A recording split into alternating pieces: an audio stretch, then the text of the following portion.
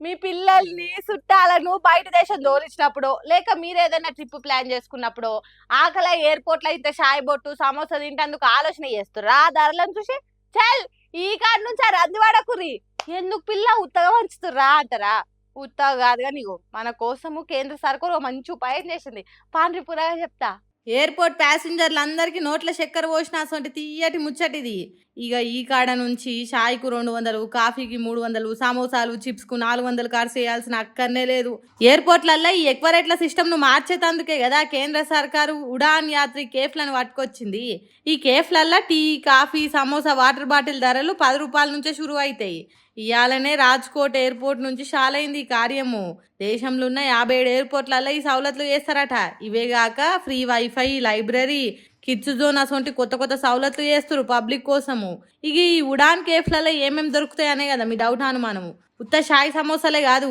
ఏ జాగాలో ఏమేం ఫేమస్